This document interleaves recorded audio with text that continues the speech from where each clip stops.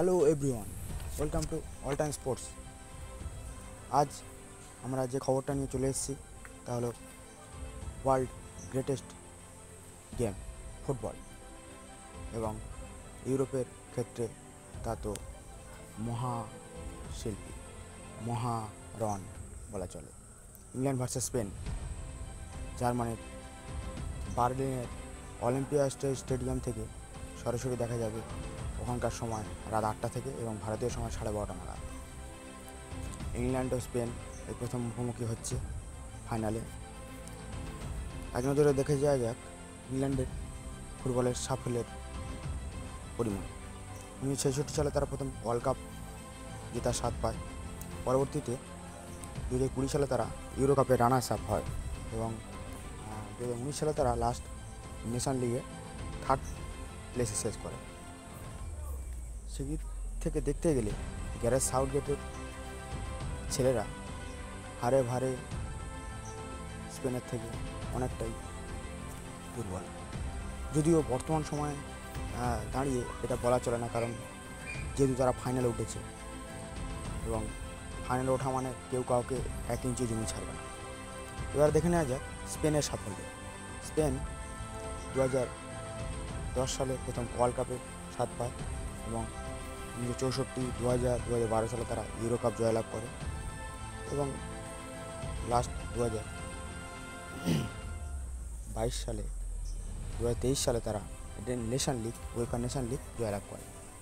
এবং সেই দেখতে গেলে হারে ভারে সমস্ত দিক থেকেই ফ্লুয়েন্টের ছেলেরা ইংল্যান্ডের থেকে অনেকটা এগিয়ে থাকবে। মূলত ইউরোপের যে গতিশীল ফুটবল, সেই গতিশীল ফুটবলের সঙ্গে একটা শৈল্পিক মাত্রা যোগ করেছে স্পেন। স্পেনের সমস্ত ফুটবলারই গোল করার ক্ষমতা রাখে। একক দক্ষতায় কেউ গোল না করলেও তারা ছোটো ছোটো পাস খেলে, মানে সারা বিশ্ব জানে যে ছোটো ছোটো পাস খেলার নিরিখে স্পেন সারা পৃথিবীতে সবার থেকে এগিয়ে। তারা এক একটা ম্যাচে 1200-1300 করে পাস খেলে। সেদিক থেকে দেখতে গেলে বিশ্বের অন্যান্য টিমগুলি এত পাস তারা খেলে না। তারা গতিশীল ফুটবল, বিশেষ করে জার্মানি, ইংল্যান্ড গতিশীল ফুটবল উপহার দিয়ে ফরওয়ার্ড স্ট্রাইকারের বিনিময়ে তারা গোলের জন্য ঝাঁপায় এবং গোল প্রাপ্তি হয়। এবারে এক নজরেই আমরা দেখে নিয়ে যাই যে কোন কোন পজিশনে থেকে আজকে ইংল্যান্ড ফাইনালে উঠেছে। তাদের গ্রুপ লিগের টিমগুলো ছিল ডেনমার্ক, যার সঙ্গে তারা ড্র করে। আর একটা টিম হচ্ছে স্লোভানিয়া, তার সঙ্গেও তারা ড্র করে এবং সার্বিয়ার বিরুদ্ধে তারা 1-0 গোলে জয়লাভ করে। রাউন্ড 16-এ তারা স্লোভাকিয়ার বিরুদ্ধে 2-1 জয়লাভ করে। কোয়ার্টার ফাইনালে তারা পেনাল্টি শুট আউটে সুইজারল্যান্ডের কাছে 5-3, সেমিফাইনালে তারা নেদারল্যান্ডের কাছে 2-1 জয়লাভ করে। এবারে এক নজরে দেখা যাক স্পেনের গ্রুপ পর্ব যথেষ্ট শক্তিশালী ছিল। ইতালির বিরুদ্ধে তারা 1-0 জয়লাভ করে।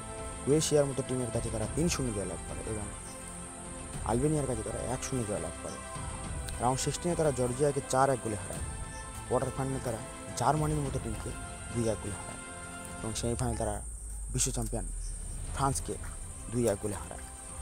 তাই বুঝতেই পারছেন স্পেন ভয়ঙ্কর কঠিন পরিস্থিতির মধ্যে দিয়ে ফাইনালে উঠেছে। তাই হারে ভারে সমস্ত দিক থেকে তারা আজকের এগিয়ে থাকবে এবং আমি অবশ্যই স্পেনের সাপোর্টার।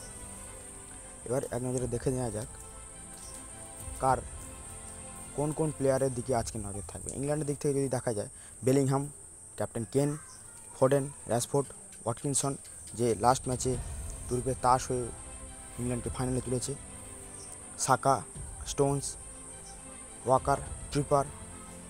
এবং যদি আমরা স্পেনের দিকে তাকাই তাহলে দেখব সেই সর্বকালের সর্বকনিষ্ঠ ফুটবলার হিসেবে গোল করা ইউরোতে ইয়ামাল এবং captain Morata, Gavi, Rodri, Olmo, Ruiz Pena, Carvajal, Perez. এবং এবারের হাইস্ট গোল স্কোরার অবশ্যই অলমো, স্পেনের অলমো 3টি গোল করেছে এবং অ্যাসিস্ট সেটাও স্পেনের ইয়ামাল 3টে। এবং অ্যাসিস্টের দিক থেকে সমস্ত দিক থেকে স্পেন হারে ভারে সব দিক থেকে এগিয়ে আছে এবং দেখা যাক আজকের কোন দল জেতে। সেটা আপনারা সরাসরি চোখ রাখবেন গ্রেটেস্ট ফুটবল এরিনা বার্লিন থেকে।